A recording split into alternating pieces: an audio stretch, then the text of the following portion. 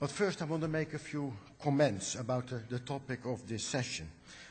Don't worry, I won't keep on rattling on like Justin Trudeau yesterday. And personally, I found it incredibly funny. It reminded me of Monty Python. But anyway, but I want to give you some food for thought. I come from Europe, from the Netherlands, and for those who are not aware of it, it's at the other side of the Atlantic. And it's important that you have an idea what's happening at that side. And during the past few days, I've noticed that many of you, many Canadian participants, are very pleased, or maybe I should say even proud of the Canadian approach. Multiculturalism is the essence of the Canadian approach, and you seem to embrace it. But it's important to know that out there at the other side of the puddle, there are still many people who think otherwise and have a different opinion. And some of you may become wary of that and even be a bit complacent, assuming that everything is hunky-dory here. And I want to send out a double message. So on the one hand, I don't think that there's any reason to be complacent. Yeah? What's happening in Europe can also happen elsewhere. And I know that because, say, 10 years ago in the Netherlands, I wouldn't have predicted that we would have a government that depended on a large anti-immigrant party. I wouldn't have the idea, the faintest idea that there would be a substantial part in the populate, in the electorate who would vote for these type of parties. And still it happened. At the same time, I want to send out another message, namely that things are not always what they seem to be.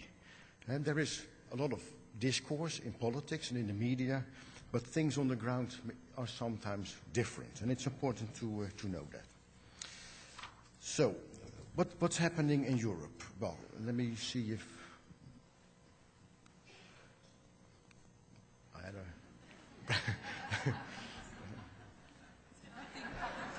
nothing happens. Okay, it doesn't. Oh, whoa. Yeah, okay. Okay. Well, it's first of all important to know that Europe is not a monolithic entity. Europe is a hodgepodge of different nation states with different immigration histories, with different assumptions about what a nation state entails and different integration regimes. Nonetheless, there are a couple of similarities, and I want to move forward, and it's, yeah. And that in all sorts of different countries, we have seen in the past, well, few decades, a lot of immigration. And many of these countries have welcomed the immigrants to come to their country, sometimes even explicitly invited them to come, as is in the case of the guest worker program, and have encouraged them, explicitly encouraged them to establish their own institutions. More recently, as however, many of these countries have shifted gears, and they embarked on a tougher integration policy. They get tired of the idea that they spend so much money on supporting the integration of these newcomers, and they're still not integrated. Even in my own country, in 1983, the government set up this integration policy, and already in 1987, members of parliament started to complain. They said, well, how is that possible that after 4 years people are still not fully integrated? I'm not joking. I mean, this is serious business. A large part of the population believe that the country is swamped by immigrants, and that immigration is and that immigration is the biggest political mistake after the Second World War. Integration is seen as the country's biggest social problem. And the political elite responds to that. Multiculti is told, that's not Dutch, by the way, it's German, but just to show that I'm also proficient in German. But the idea that multiculturalism is dead, is non-existent, is not acceptable, that's something that's widespread. We've heard these statements from, for instance, Angela Merkel, the German Bundeskanzler, who claimed that multiculturalism in Germany is an utterly failure, which is surprising because, to my knowledge, Germany never pursued such a policy. But that's not the point. The point is that the idea that immigrants develop their own institutions and that's a way to give people a warm welcome and to make them find their way in society. That's seen as something that's not the right way. So, and that leads to a number of questions. What's happening in Europe? Is Europe taken hostage by political entrepreneurs, by racist or maybe even neo-Nazi political entrepreneurs? Is Europe, or are Europeans, have they been too naive with regard to accepting diversity? And this is a kind of talk that we hear very often.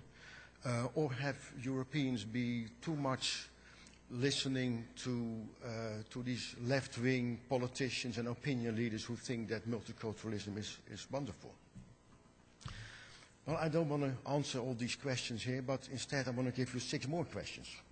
And these questions are, say, sort of food for thought. First of all, and this is to put this situation in a wider perspective, first of all, it's important to ask the question, are we really dealing with a distinctly European situation? And I'm inclined to say that we're not. If you go to Australia, for instance, in the past few decades, the One Nation Party by Hanson was very powerful. Already in the mid-1990s, Australia abolished their multicultural policy. And the current policy places a lot of emphasis on the Australian nation, on the majority. And closer to Canada, in the United States, the rise of the Tea Party, the developments in Arizona show that, say, concerns about immigration and ethnic diversity are not just typically European. Secondly, are we witnessing a rise of concerns about this diversity? Well, you could argue that there is a rise, but at the same time, if you look at the past 40 years, there are many, many examples that these kind of concerns have been voiced earlier. In the UK, for instance, in the late 1960s, Enoch Powell, he complained about the rivers of blood that were supposedly produced by mass immigration. He was not a minister of that kind who really had a lot of influence, but Margaret Thatcher, she based her immigration policy and integration policy partly on the kind of concerns that he voiced. In France, Jean-Marie Le Pen, he came to prominence in the early 1980s with, say, anti-immigrant, anti-diversity kind of statements. And if I'm right, his daughter, who is his successor, is rising to prominence in that country.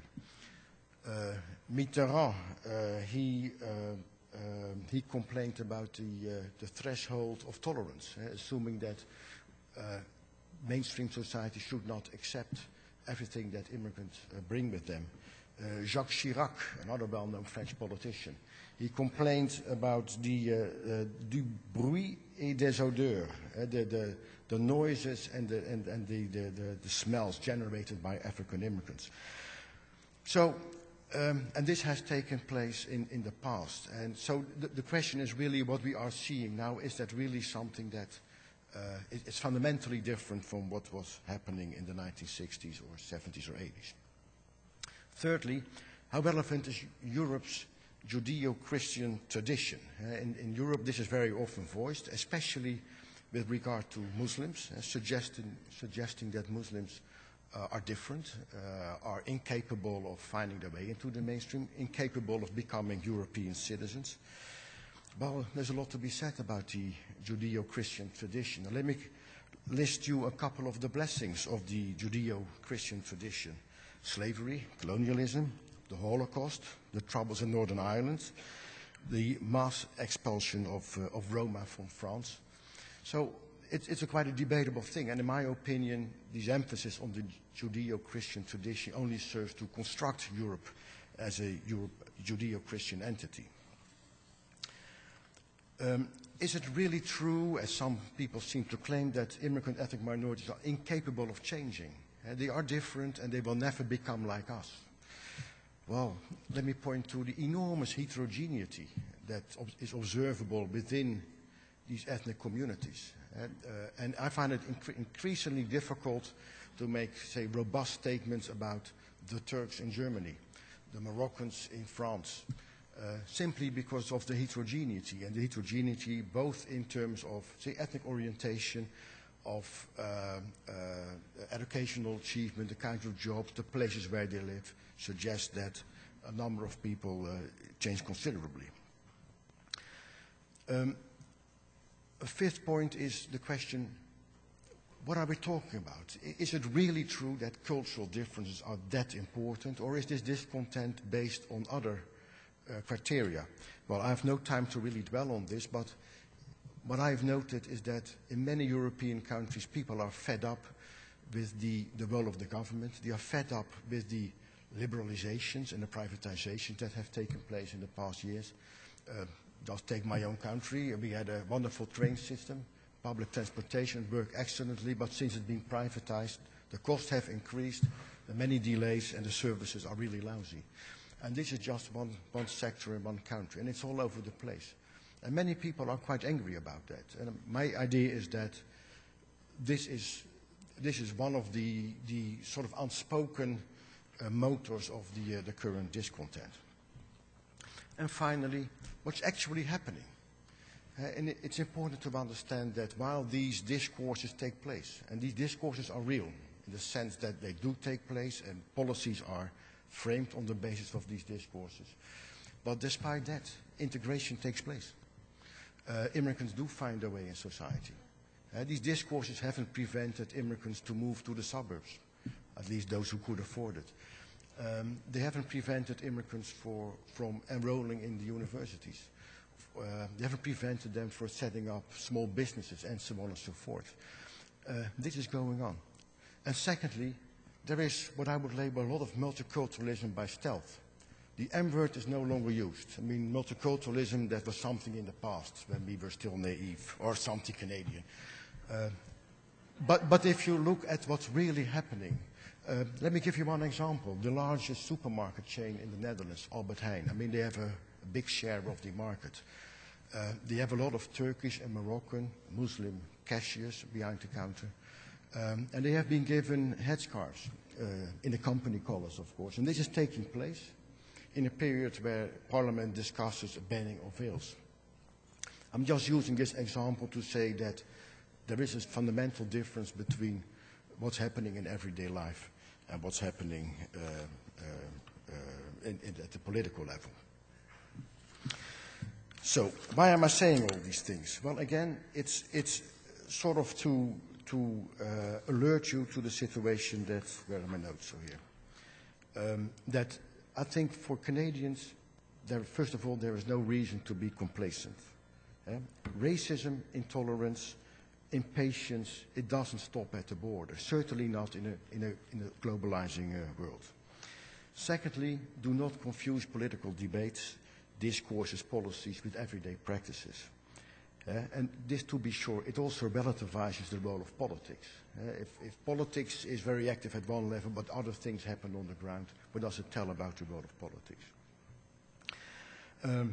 And thirdly, having said all this, the multicultural narrative still has impressive rhetorical power. Politics are about symbols, and if the political system radiates a welcoming attitude, as is the case in a multicultural kind of discourse, it sounds nicer, it sounds more welcoming, and it seems to me that that's also something that is important to keep in mind. Right, so without further ado, I would like to introduce our first speaker, Annick Germain. Professor Annick Germain has a PhD in sociology from the University of Montreal. She's a professor and a researcher at the Institut National de la Recherche Scientifique, it's French, where she teaches urban studies, and she's also the head of the Quebec Metropolis Center. She's particularly interested in immigrant neighborhoods and municipal management of diversity, including religion. And here she will discuss a theoretical framework for integration and diversity. Thank you.